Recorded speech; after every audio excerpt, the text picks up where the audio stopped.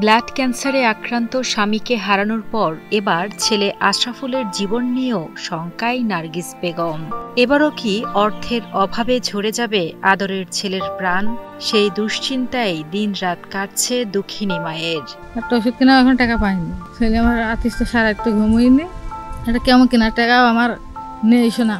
চুয়াডাঙ্গার দামুড়হুদা উপজেলার কার্পাসডাঙ্গা ইউনিয়নের সীমান্তবর্তী বয়রা গ্রামের বাসিন্দা আশরাফুল ইসলাম ৫ বছর আগে বাবার মৃত্যুর পর ঢাকায় একটি বেসরকারি কোম্পানিতে চাকরি করে ধরেছিলেন পরিবারের হাল।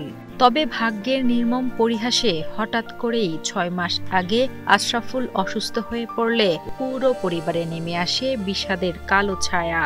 চিকিৎসকের কাছে গেলে পরীক্ষা নিরীক্ষা শেষে জানতে পারেন মলদ্বারে পাইলসের সংক্রমণ এবং টিউমারে আক্রান্ত তিনি।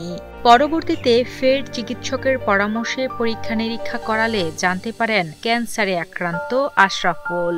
জব করার মাঝে মাঝে আমি নিজেকে অসুস্থ অনুভব করতাম। পরবর্তীতে একজন পরামর্শ দেয় একটু বড় ডাক্তার দেখানোর জন্য।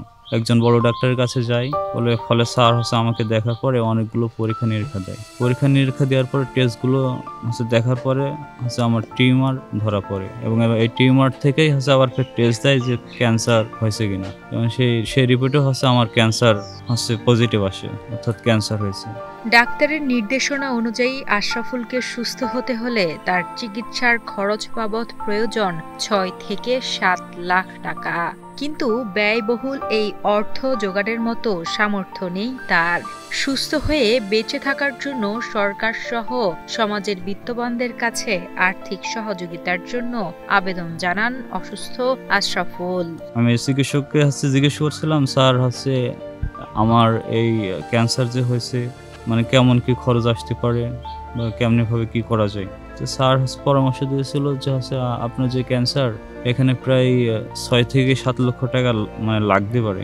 কিন্তু আমার ফ্যামিলির যে অবস্থা আমার এই যে বসত ভিটা যেটা আছে, এটা ছাড়া আমার আর কোনো জায়গা জমি নেই। তাই আমি দেশবাসীর কাছে একান্তভাবে অনুরোধ জানাচ্ছি, অনেক সহৃদয়বান ব্যক্তি আছে, তিনারা যদি আমার এগিয়ে আসেন হয়তো আমি বেঁচে যেতে পারি। প্রতিবেশীরা জানান সরকার সহ সমাজের বিত্তবানরা এগিয়ে আসলে আবারও সুস্থ জীবনে ফিরতে পারবেন আশরাফুল। তিনি সুস্থ হয়ে উঠলে অভাব ঘুচবে পরিবারটির, সেই সাথে সন্তানের সুস্থতায় হাসি ফুটবে মায়ের মুখে।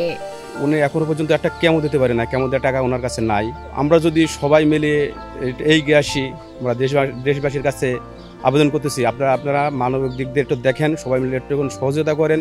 যদি আমরা সহযোগিতা করি তাহলে আমি মনে করি ওর প্রাণটা আবার বেঁচে যাবে।